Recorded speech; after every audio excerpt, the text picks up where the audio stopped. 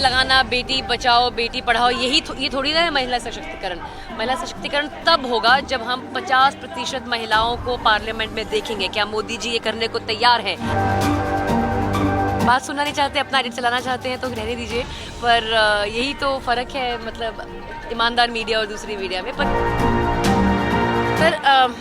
सरकार के पास तो ये भी आंकड़े नहीं है कि ऑक्सीजन शॉर्टेज से कोविड में डेथ्स हुई थी या नहीं। सरकार के पास तो कोई डेटा ही नहीं है, क्योंकि डेटा के तो मायने नहीं रखती ये सरकार।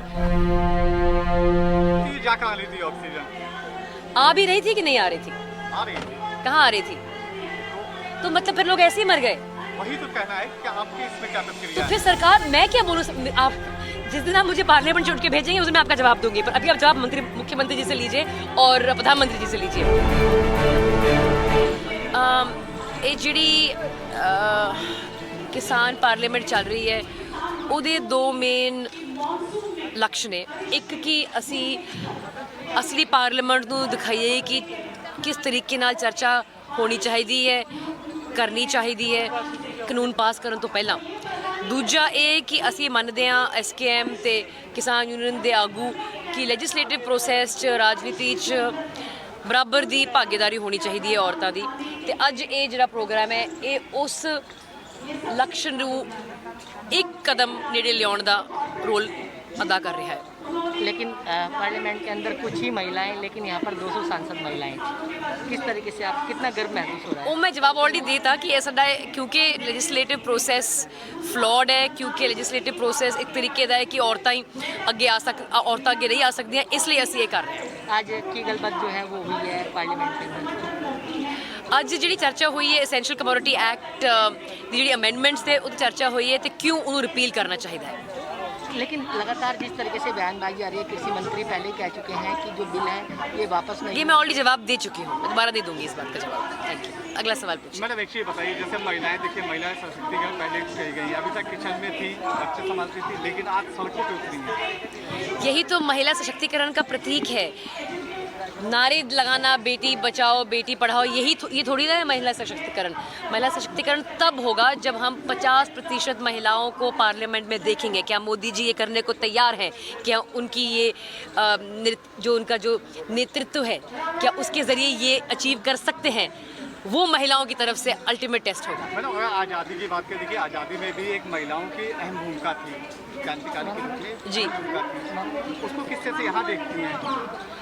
देखिए हर क्रांति में महिलाओं की अहम भूमिका रही है, और जो भी वो नहीं समझ पाए हैं वो बाद में जाकर पछताए हैं। तो मुझे आशा है कि ये वो हाश इस सरकार के साथ ना हो।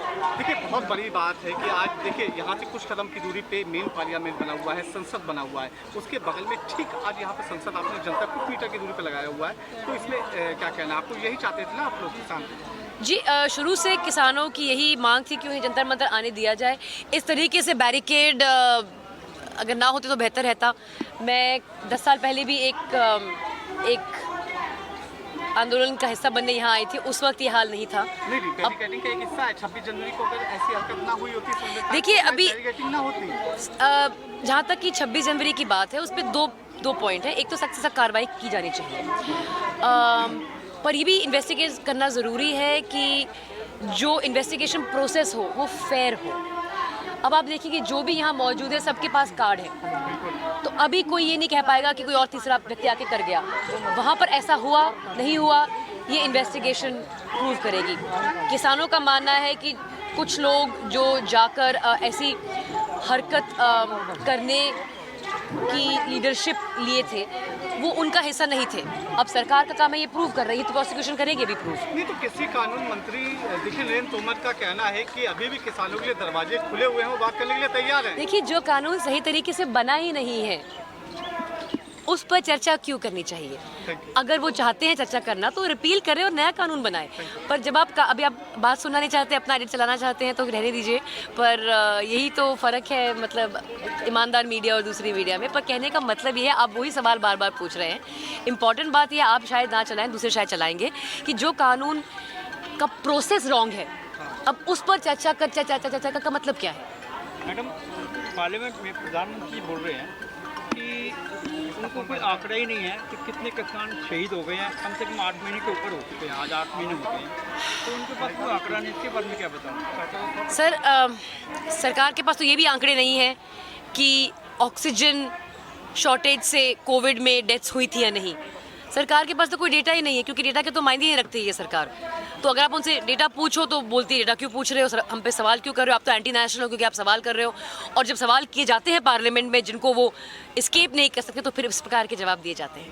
सरकार के पास तो पूरे नेशनल का भी वो कोविड में कितने मर गए उसका भी डेटा नहीं है, क्यों नहीं रखना चाहती डेटा? अब ये सवाल तो आपको मीडिया को, जो ईमानदार मीडिया है उन्हें उठाना पड़ेगा, क्योंकि जो बिकी हुई मीडिया है वो तो ये सवाल नहीं करेगी। नहीं देखिए, आप भी एक देखिए बॉलीवुड स्टार हैं, अभिनेत्री हैं। ऑक्सीजन अगर आ रही थी, जा कहाँ रही थी ऑक्सीजन? आ भी रही थी कि नहीं आ रही थी?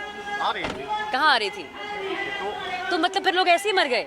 वही तो कहना है कि आपके इसमें क्या प्रतिक्रिया तो फिर सरकार, मैं क्या बोलूँ, आप जिस दिन आप मुझे पार्लियामेंट से उठ के भेजेंगे उस दिन मैं आपका जवाब दूंगी। पर अभी आप जवाब मुख्यमंत्री जी से लीजिए और प्रधानमंत्री जी से लीजिए, क्योंकि वो आपके प्रधान सेवक है ना। तो अब हम थोड़ी सत्ता में हैं, तो आप मुझसे सवाल क्यों कर रहे हो? अगर हिम्मत है तो जाइए प्रधानमंत्री से सवाल कीजिए। ये भी प्रेस कॉन्फ्रेंस नहीं की उन्होंने अभी तक, शायद आपके साथ कर लें।